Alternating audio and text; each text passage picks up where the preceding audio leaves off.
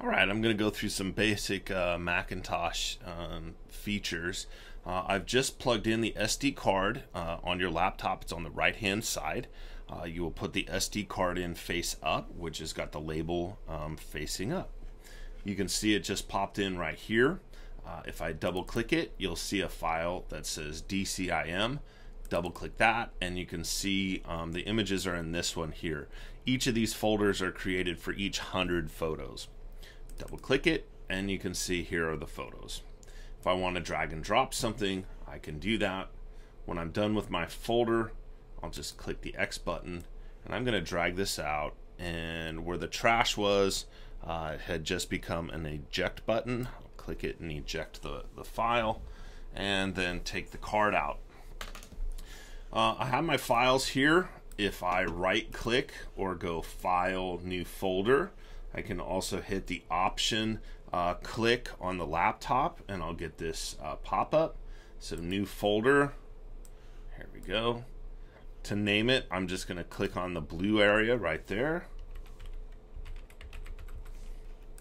And I can drag my file in there. Double click that. Again, if I want to rename it,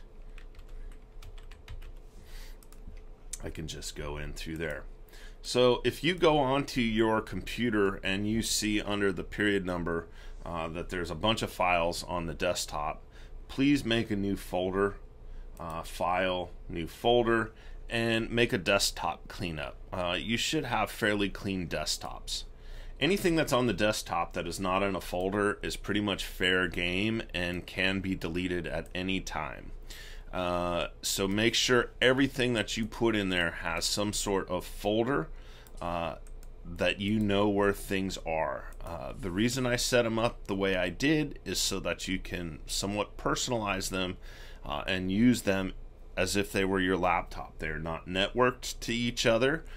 So everything that you do on there, you have to keep clean and ready to go.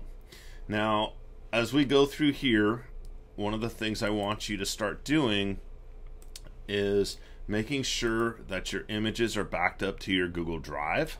So if you go into Google Drive, you can just drag a whole folder in there. You can drag individual images in there, but it's just a drag and drop. It's as if your Google Drive is its own folder. So please make sure they're in both locations.